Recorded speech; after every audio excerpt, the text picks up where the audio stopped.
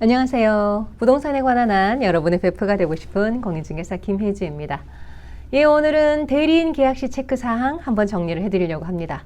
집주인이 아닌 사람과 계약하게 되는 경우가 꽤 있거든요. 그러니까 뭐 남편이 바빠서 아내가 대신 나온다, 아니면 부모님이 일이 있어서 자녀분이 대신 나온다, 이런 경우가 꽤 있는데, 이런 경우에 무엇을 체크해야 되는지, 어떤 서류를 받아야 되는지 한번 깔끔하게 정리를 해드리려고 합니다. 같이 한번 보세요. 1번, 집주인 아닌 사람과 계약해도 될까요? 만약에 대신 계약하러 나온 사람이 집주인의 대리인으로서 분명한 자격을 갖추었다면, 그 대리인이 맞다면 그 대리인과 계약을 해도 집주인 계약과 동일한 효과가 발생합니다. 정확한 대리인이라면 대리인 계약도 집주인 계약과 동일한 효력이 발생한다는 거죠. 그렇다면 대리인이라면 내가 무엇을 확인해야 할까요? 두 가지를 확인하셔야 되는데, 두 가지 서류. 집주인이 직접 발급한 위임장과 집주인이 직접 발급한 인감증명서입니다. 둘 다 직접 발급하시는 게 더 안전합니다. 그리고 이 두 가지 서류는 원본으로 수령해서 보관하셔야 나중에 다툼의 여지가 없습니다. 그러니까 대리인 계약이 제일 위험한 것이, 나중에 가서 주인이 나 대리 시킨 적 없어요, 대리를 위임한 적 없어요 라고 나오면 일이 복잡해집니다. 아주. 그러니까 처음 계약하실 때 안전하게 하시는 게 중요합니다. 그러니까 직접 발급한 위임장과 인감증명서를 받으셔야 되고요. 이 위임장과 인감증명서에 있는 인감이 동일한지를 꼭 확인하셔야 됩니다. 보통 이제 위임장과 인감증명서를 받아놓고 인감증명서에서 도장을 안 보시는 경우가 좀 있어요. 그러니까 이 경우 꼭 인감증명서가 동일한지를 확인하셔야 됩니다. 근데 만약에 집주인이 해외 거주 중이라면 어떻게 해야 될까요? 위임장이 달라집니다. 그러니까 해당 국가의 한국 영사관에서 공증해서 영사관 직인이 날인된 그런 위임장 원본을 수령해야 됩니다. 그러니까 이런 계약을, 집주인이 해외 거주 중인 그런 계약을 하게 된다면 이제 그 맡은 공인중개사가 아마 이런 과정을 거쳐서 해드릴 텐데, 연락 미리 하셔가지고 서류를 보내달라 해서 그 서류 받고 나서 이제 계약서를 작성하시게 될 텐데, 혹시 모르니까 꼭 챙겨서 이런 위임장 받아오시는 거죠 라고 그 중개사분에게 확인하시면 됩니다. 이걸 알고 계시면 되겠죠? 그리고 이제 대리인 계약 시 또 다른 체크사항 뭐가 있나 한번 보겠습니다. 아까 말씀드린 것처럼 이게 제일 중요해요. 위임장과 인감증명서의 인감이 동일한지를 확인하셔야 되고요. 그리고 위임장 내용을 읽어보세요. 위임장 내용을 읽어보시면 위임 범위가 있을 거니까 그걸 꼭 확인하셔야 됩니다. 계약의 체결만 위임하는 것인지 아니면 거래대금 수령까지 위임하는 것인지 확인하셔야 됩니다. 그러니까 보통의 경우는 계약 체결만 위임합니다. 그때 계약일 날 못 나오는 경우가 되기 때문에 계약 체결만 위임해서 거래대금은 이제 집주인의 계좌로 들어가는 경우가 많은데, 대부분 그런데요. 근데 집주인이 이제 외국에 있어서 뭐 우리나라에서 돈이 필요해서 또 거래대금 수령까지 위임하는 경우도 간혹 있을 수 있잖아요. 그러니까 위임 범위를, 위임장 안에서 위임 범위를 꼭 확인하셔야 됩니다. 그리고 마지막으로 중요한 것이 집주인과 직접 통화로 위임 여부를 확인하는 겁니다. 그러니까 계약서 쓰는 당일에 집주인과 직접 통화를 하시는 겁니다. 요즘은 영상통화도 쉬우니까 그렇게 해서 위임 여부를 직접 확인하세요.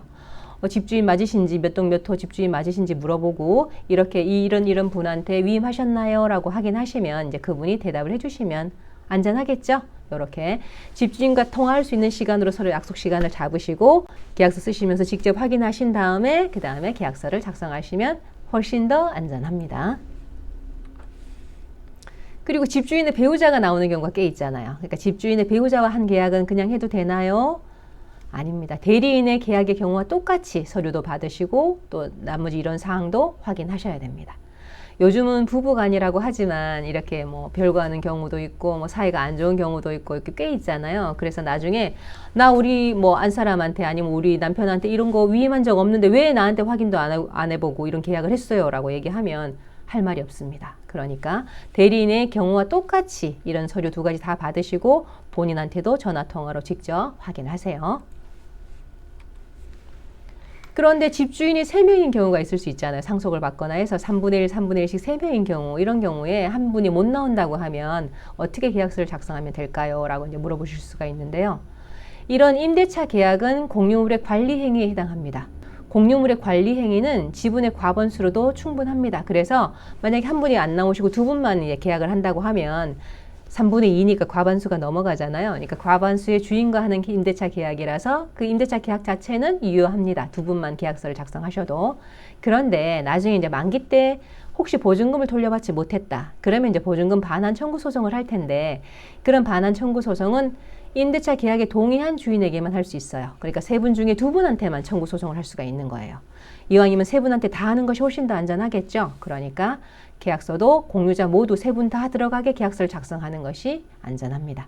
그러니까 한 분이 만약에 못 온다고 하면 그 한 분은 다른 두 분이 대리하는 걸로 해서 위임장과 인감증명서를 가져오시라고 하고 계약서에는 공유자 3명 이름이 모두 들어가게 그렇게 계약서를 작성하는 것이 가장 안전합니다. 이런 경우도 꽤 있어요. 주인분이 할아버지나 할머니가 사망하셔가지고 같이 살고 계시는 아들이나 며느리가 나와 계약해도 됩니다. 우리 아버지가 돌아가셨습니다. 이렇게 얘기를 한다면 어떻게 해야 될까요? 라고 물어보신다면 다른 상속인의 동의 없이 며느님이나 아드님과 계약서를 작성하는 것은 안 됩니다.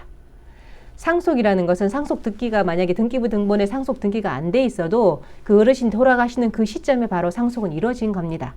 만약에 배우자와 아내분과 아들, 딸 세 분을 남기고 돌아가셨다고 하면 이 네 분한테 돌아가시는 그 시점에 바로 상속이 된 겁니다. 등기만 안 됐다 뿐이지. 그러니까 이 네 분 모두에게 권한이 있는 것이죠. 그러니까 통상 상속이라는 것은 사망자의 가족 모두에게 사망하는 그 시점에 바로 이뤄진 거기 때문에 그런 집주인의 가족관계 증명서에 있는 가족 모두의 동의를 얻어야 됩니다. 그러니까 가족 모두의 위임장과 인감증명서를 확인한 후 계약을 해야 안전한 계약이 됩니다. 다른 대리인의 계약과 마찬가지로 이제 다른 가족들의 위임장과 인감증명서 확인하시고 그렇게 계약을 하셔야 합니다. 네, 오늘 이렇게 집주인 아닌 사람과 계약하는 경우, 그러니까 대리인 계약 시 어떤 서류를 받아야 하고 어떤 사항을 체크해야 되는지를 정확하게 정리를 해드렸습니다. 좀 마음이 약하시거나 그러면 상대방을 의심하는 것처럼 말하는 게 좀 미안해서 그렇게 대충 넘어가는 그런 경우가 있을 수 있거든요.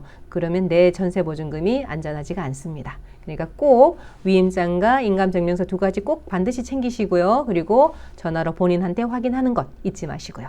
그렇게 하시면 내 보증금을 안전하게 지키실 수가 있습니다.